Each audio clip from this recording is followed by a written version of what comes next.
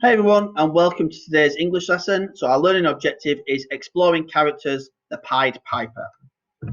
So before we begin, last week, so that was Wednesday the 3rd, Thursday the 4th, and Friday the 5th, I started reading the Pied Piper of Hamelin as our online class story.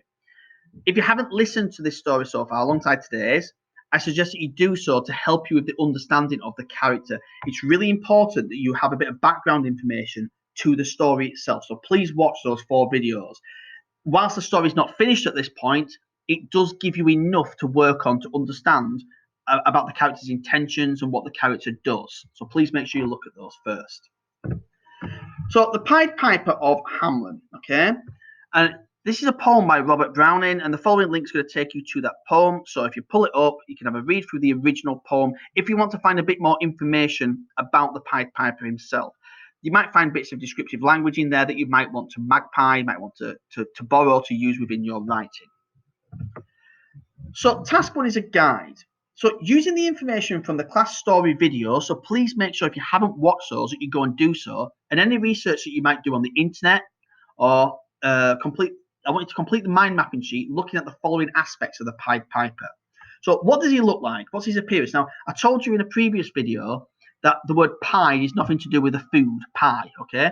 Pied is to do with the multicolored clothing that he wears. What's his personality like? What are his skills and talents? Obviously, he's a piper, so he plays a flute or a pipe, okay? And a bit of background information to him. You know, like, where's he from? What's he doing? Why is he coming into Hamelin, okay?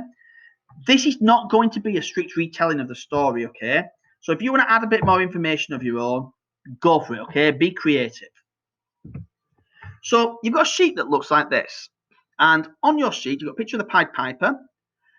I want you to mind map, please, his personality, his physical appearance, what he looks like, his skills and talents, what he can do. He might be a good fighter as well, who knows, or he might be just gifted with his flute, and a bit of background information to him. This is exactly the same kind of task as the ogre task that you did a couple of weeks ago. There's also a second task. So the second task is a character role sheet. Now, you have all seen these before when you completed them on Mole and Toad during our work from The Wind in the Willows back in autumn 2, just before Christmas. I want you to add information about how the Pied Piper is feeling, what people say about him, what people think about him and his actions, you know, what he does. Note again, as long as you've got the key aspects of the character, you can be as creative as you want and add your own things to it. That is not a problem at all in this particular case. So the sheet looks like this. Inside the outline of the person, write down the Pied Piper's feelings. What does he feel like himself when he's doing things? You know, he's obviously brimming with confidence. He's coming to Hamelin and he's basically told them, I'm going to sort out your rat problem. So he's clearly not afraid of the rats, is it? The box here at the top is what he says. So what sort of things might he say to other people that he has contact with in this story?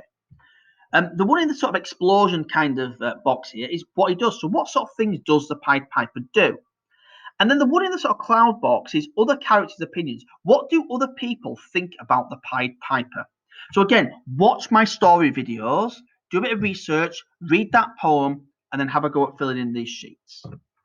See you later, guys. Thank you. Bye-bye.